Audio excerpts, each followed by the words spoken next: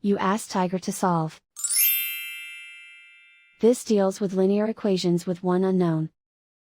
The final result is m equals -8. Let's solve it step by step. Simplify the expression. Group like terms. Combine like terms. Group all m terms on the left side of the equation. Subtract 4m from both sides. Group like terms. Simplify the arithmetic. Group like terms.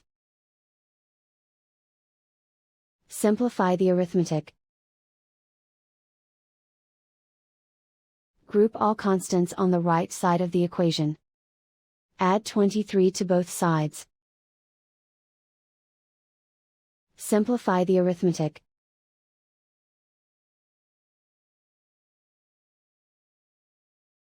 Isolate the m. Divide both sides by -3. Cancel out the negatives. Simplify the fraction. Simplify the arithmetic. Find the greatest common factor of the numerator and denominator. Factor out and cancel the greatest common factor. And so the final result is m equals -8.